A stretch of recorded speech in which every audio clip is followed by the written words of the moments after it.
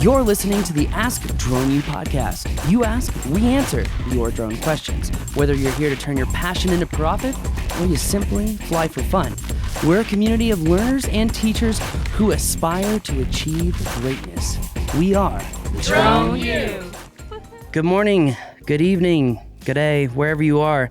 Thank you very much for joining us as always. Hopefully I can say us. And greatly appreciate all of you who are a part of the Drone U community and all of you who are a part of our app. We really appreciate it. And also everyone who's signed up for the experience training at the end of March. Kind of glad all this COVID crap is blowing over. The narrative has been changing, doing a U-turn. It's kind of nice, actually. And grateful to be here, grateful to take flight with all of you. So thank you again for joining us. As always, my name is Paul. I'm Rob. So today we've got an interesting question regarding the Mavic 3. And we actually took down our review because someone said I was bashing it pretty hard, which frankly at the time the drone deserved it. But after 2 firmware updates, the way that this drone is flown and the way that it operates has changed significantly. In addition, in that show, we talked about how the Mavic 3 is capable of mapping. So I would just preface this show and say, if you haven't checked out our 15-minute long review, it's nice and pretty, great B-roll, nice shots. Very, very, very well done. Steve did a great job editing that. But if you want to see a nice formal review after the firmware upgrade, please check that out. We've had this drone for a while and have waited a very long time to do the review. And I had a feeling that DJI was going to do this, Rob. I had a feeling that DJI was just trying to get the drone to market in an atmosphere where so many other manufacturers are really struggling to get parts, even batteries, even optical flow sensors and whatnot. You know, really simple stuff is becoming increasingly difficult to procure. Yeah. And I feel like DJI, wanted to maintain the priority with probably lots of distributors for various parts. And so probably made a promise, I'm sure, along some lines, this is all speculative, by the way, along some lines to get the Mavic 3 out, to start shipping, to get those units out, maybe to procure more parts. And the reason I say this is when the Mavic 3 first came out, this drone flew like, it flew like a Roadrunner. I think that's a good way to put it. And if you guys haven't been to New Mexico, Roadrunners don't really fly. Well, you've seen Wile E. Coyote. Yeah, the Roadrunner can fly like maybe 20, 30 feet from like one tree to another or a fence. Up onto a house or something? Yeah, but they don't really fly. No. It's like spurts of flight. Spurts of flight, yeah, that's about right. So that's this, spurts of flight. Well, it's not it now, but when it first came out, course, it definitely yes, was. I honestly think that this is a great analogy because the way that this drone would fly, it was so glitchy, it would really have those spurts, I mean, like in that banking turn, it would just straight up stop itself. Yeah, it was a trip, but apparently I haven't flown it since it's got the new upgrade and so forth, so I don't know, but I've seen you fly it and it seems like it's much smoother. And I did fly it before and it definitely was not, and I'm not a great pilot by any stretch, but it definitely was not me or the sticks. The drone was acting weird. Yeah, definitely acting weird. I figured out what it was. The yaw was prioritized over every other command input. So the command inputs didn't go essentially in parallel to the flight controller. That yaw was prioritized over everything. And there were some settings that were left on this drone, which made it really, really awkward to fly. But again, in the last firmware upgrade, they really did make it much, much, much better to fly. I'm starting to realize and think that this weird flight characteristics of this drone are actually due to the fact that this gimbal is very different from what we've seen from DJI before. And I think it's essentially DJI trying to finesse the gimbal and the flight controller itself together and try to make the smoothest motions possible. It's still a little wonky to fly, but we've got some new updated information. I'm glad that Tom sent this question in because, with this Mavic 3, I can't wait for the Mavic 3 Advanced or like the Mavic 3 Enterprise, because with this dual camera setup, it's truly incredible what they have done. and the zoom on this camera is better than a Mavic 2 Enterprise Dual Advance. And the reason I'm grateful for Tom to send this question is I think there's a lot of commercial capacity with this drone. Like we talked about on that show that we took down, it can map. It's just that there's no SDKs, there's no third-party apps to be able to control this drone. So the reason that we say it can map is we flew a manual grid mission over the parking lot, stunned by the capability of the camera. I mean, it's the mapping capacity is phenomenal. Pix4D already had it in the library. In addition, it came up as a fast readout / mechanical shutter. So I think that DJI, kind of back to my rambling story at first, I think DJI wanted to get this drone out when other competitors can't right now, especially domestic people, and then slowly roll out the features and everything that could have held it back from being deployed. You know, it's kind of like what we talk about in business, the MVP, the minimum viable product. It absolutely is. It's a little bit risky because you run the risk of a lot of sort of negative press out there that keep people from buying it when they might have otherwise bought it. But I think they have enough oomph in their brand and in their drones to take that risk. Yeah. Clearly they thought so. But clearly, and I know that Apple has figured out this the hard way, but I mean, these manufacturers, because DJI does see themselves like Apple, I think of how the MacBook that came after this, the 2018, the 2020 model, the 2021 model, all USB-C, the backlit keyboard sucked with the touch bar, and everyone's like, dude, give us an SD card slot back. Like, give us these MagSafe charging. Why would you take that away, Apple?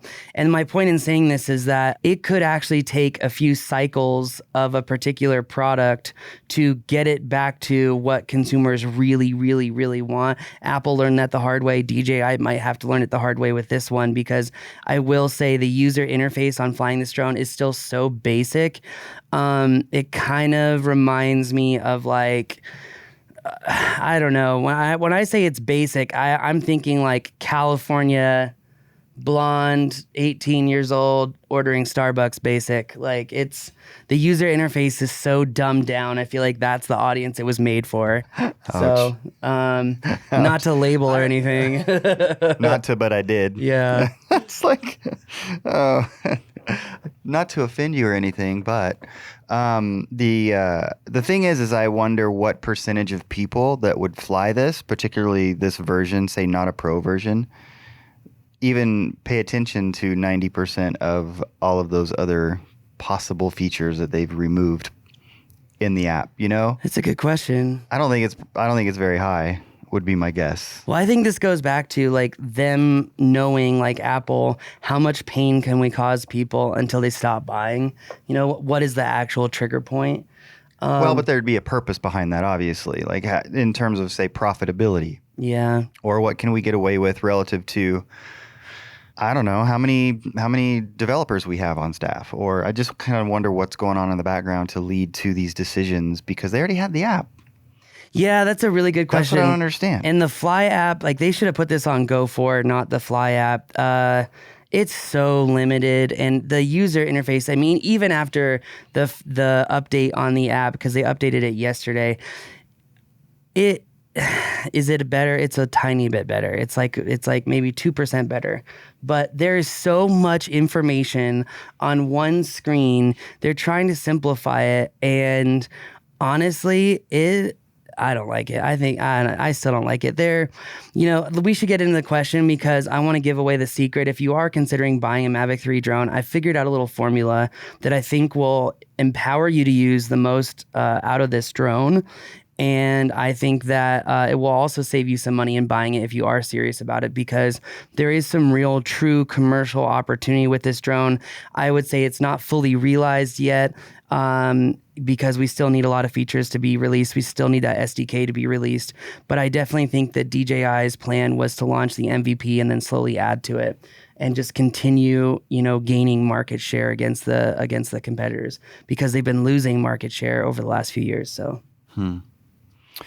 This may not help. I don't know. Well, I mean, when you're that far ahead, it's inevitable. To have a little reversion to the mean, as you would say. Yeah.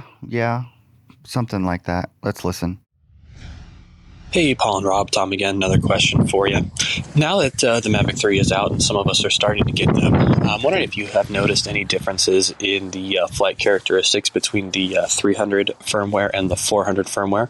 Personally, I found the 300 to be a bit more jerky, the braking to be more aggressive, and the pitch and yaw to be a little high as well. On that, after upgrading to the 400 firmware, I noticed that the pitch and yaw were definitely toned down a little bit and started to fly a little more like the Mavic 2. So if you give us your thoughts on that, and maybe if you had seen any differences from the initial release to where it's at now. Thank you. Thanks, Tom. Always appreciate hearing from you. And he pretty much summarized some of the changes right in his question. Thanks, Tom. Great show. Good show.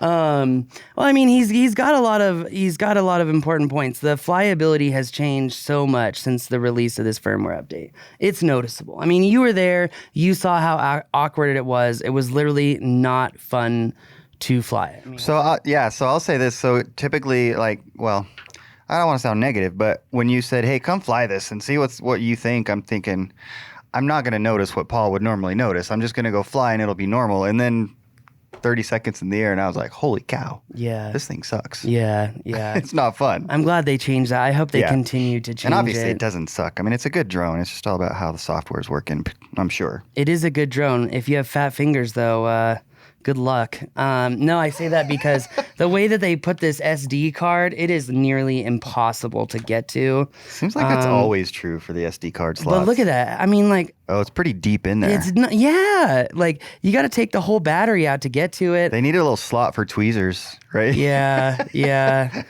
While I'm not really kind of like a pin slot in an old Note 10 from Samsung. Yeah, wow. Good point. Very good. Good point. Next design, DJI. That said, what is the real formula? If you are looking to buy a Mavic 3, what should you do? I think you should buy the FlyMore combo. It's $29.99. Okay, and the reason I say this is because I do believe that DJI is trying to pull one over on the competition, launch this drone, get it out, get it available to buy, keep getting those distributors and partners for parts to keep pumping out stuff to DJI and not to other people.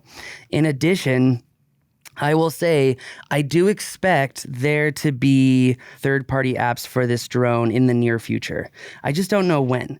And so that said, with these new firmware updates, you get more of the intelligent flight modes. Yes, it flies way better. It's not awkward. Imagine a drone in an old dune buggy, and that's kind of how it flew, if that makes sense. Just very inconsistent. That said, with this drone, the formula, buy the FlyMore combo, you'll get the little remote. If they do launch third-party apps, right, in the future, you're probably going to need that remote and your phone in order to use said apps. If you buy the Cine version of the Mavic 3, you get the RC Pro remote, okay? And we are making a couple assumptions about that remote because ours is still on the way in. But that said, one, I believe you do have more control over the features with that remote because the app is slightly different. Number two, if they do ever launch, say, a mapping autonomy engine in the RC Pro remote, the chances are the RC Pro remote is going to be a lot like the Smart Remote, where it's nearly impossible to download and utilize third-party applications. Meaning, if you buy the Mavic 3 Cine and you get the RC Pro remote, and then they do launch third-party apps and you can do mapping, well, now you have a $5,000 drone and you're going to have to spend money to buy the cheaper remote to be able to use the apps to fly the drone.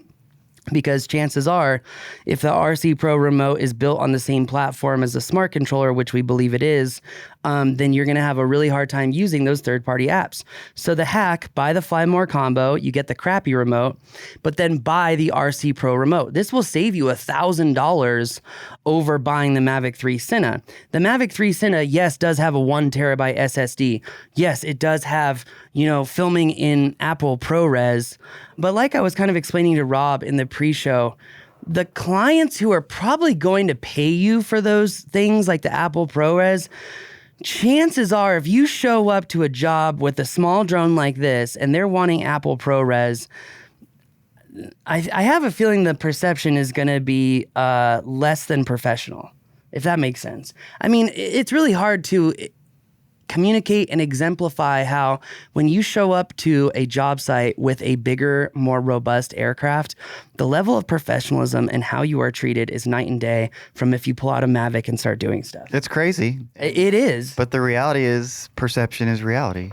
Yes, it is.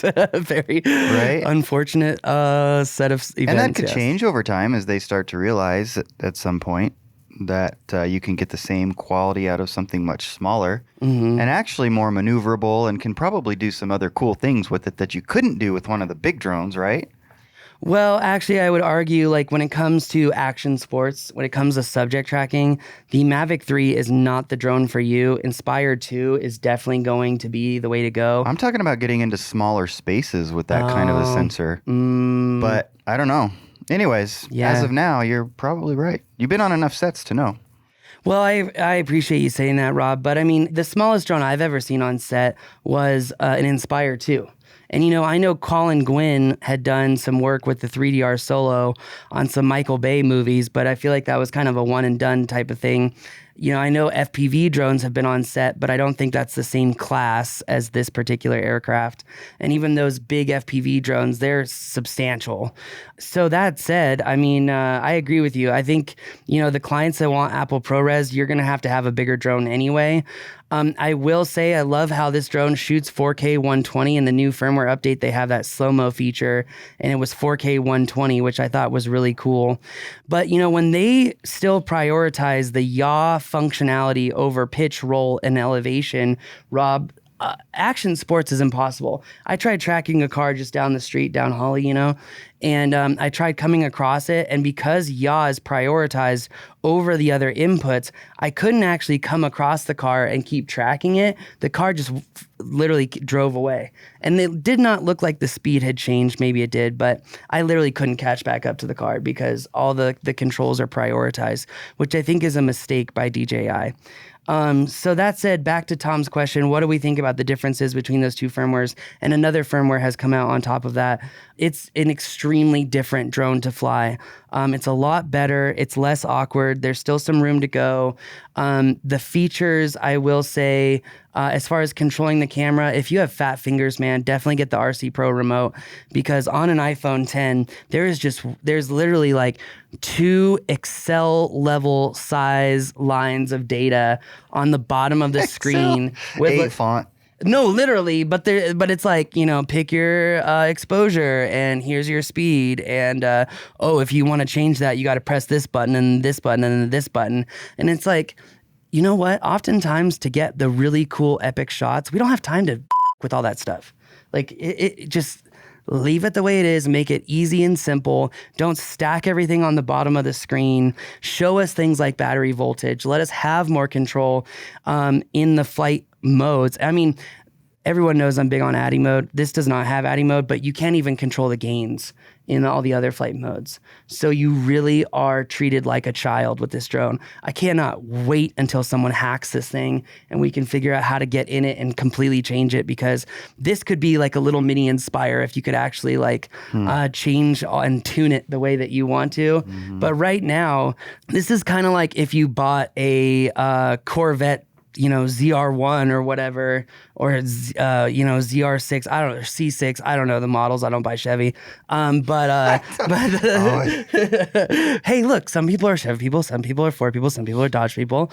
Some people just like a good car. Yeah, 100%. Don't give a crap what the label is. I think the new Corvette looks pretty whatever. Cool. That's why I brought it up, because it's like an image that people can think of. But imagine that you buy that Corvette and you've got a rev limiter at 3,000 RPM. That's what the Mavic 3 is like. So, you know, and I think it's great for inspections. Again, that zoom camera is unbelievable and how much it can zoom in. They still need to work a little bit on the focus. This is the information I missed in my review. The one thing they did really, really well in the controllability is when you press the binoculars on the screen and you move into the zoomed mode, they slow the yaw gains down significantly so that when you're planted in the sky and you want to move that zoom camera in, if you've ever flown older drones with zoom cameras, you know that when you move the yaw, the camera goes woo! Like it literally moves 30 or 40 feet because you're so zoomed in that the smallest motion is just exaggerated, you know, to the nth degree. And what DJI did with the M3 is said, let's slow the yaw gains down only when they're in binocular mode and only when they're zoomed in past a certain level, which is really smart encoding if you think about it. So if you've flown M600, M210, M200 with that Z30 camera, and you know what I'm talking about with that zoom just moving an insane amount, you don't have that with the M3. So where there are pros, I mean, I really think that this might, it's targeted to consumers, but I really think that this is a prosumer / industrial drone that they're just going to slowly leak out new and new features because the devil's in the details. And something like that, where you're zoomed in at 28 times, right? And you move the stick as much as you want and the camera maybe moves an inch. You know, it's smart. Yeah, no, you were showing it to me and it was pretty cool. It's definitely noticeable. But think about that as a leading indicator for what this drone could be used for, say, inspections. Yeah, absolutely. I wonder.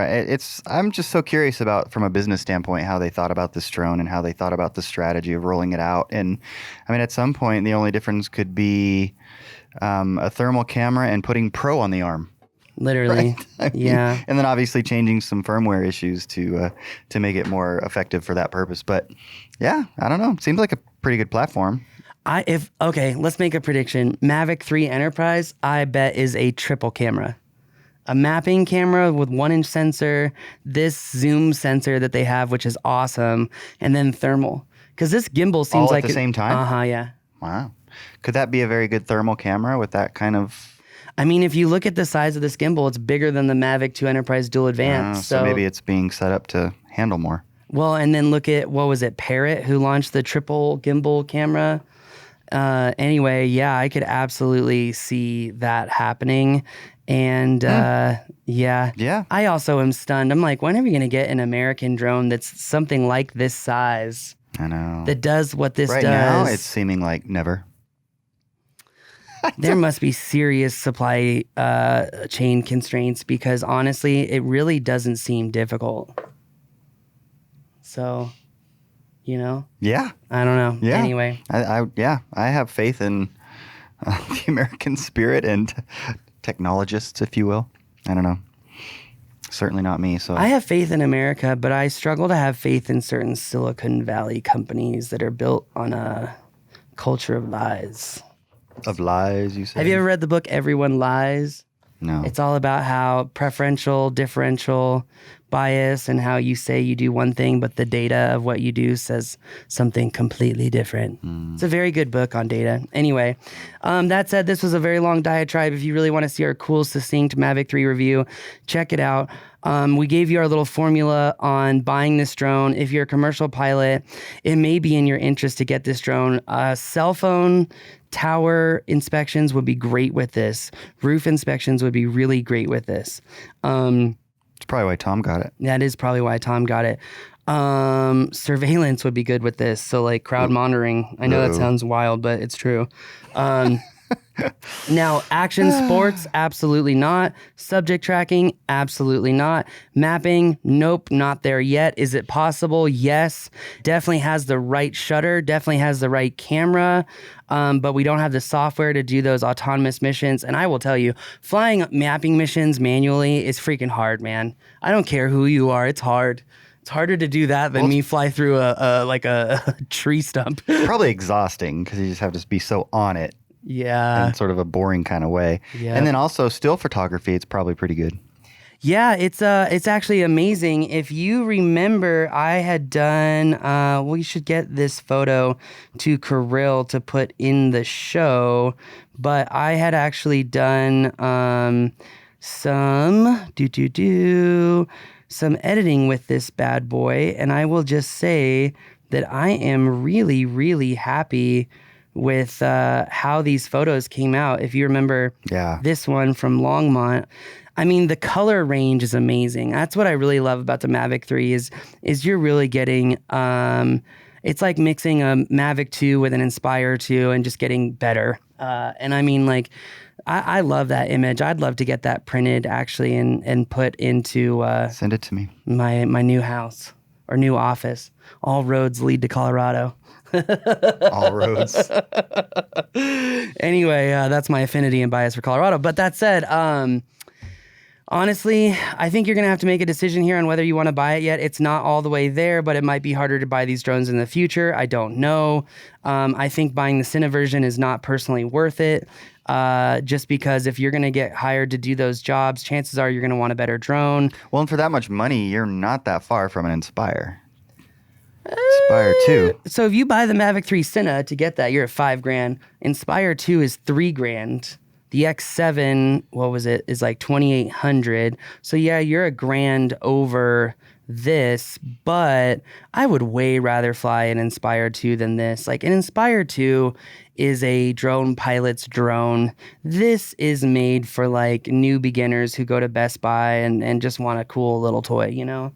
So, I mean, it's a lot more than that. It's but more than that. I feel like that's what they advertise too, so. Yeah. But I'm not trying to shame anyone with this. If you buy a Mavic 3, I think it's probably smart. Again, with the way that supply chains are going right now, who knows if you're going to be able to buy one of these in the future. We just don't know. But I'm now rambling, so I'm going to end the show. If you want to put your Mavic 3 through its paces, though, join us for the Drone U Experience training in Austin, Texas, where it's going to be a week long. It's coaching. It's 4 days of flight training. It's 2 days of completing drone jobs, and it's going to be a training you won't want to miss. Jake Levesque is going to be joining us. He was a Drone U member and then started flying for MTV.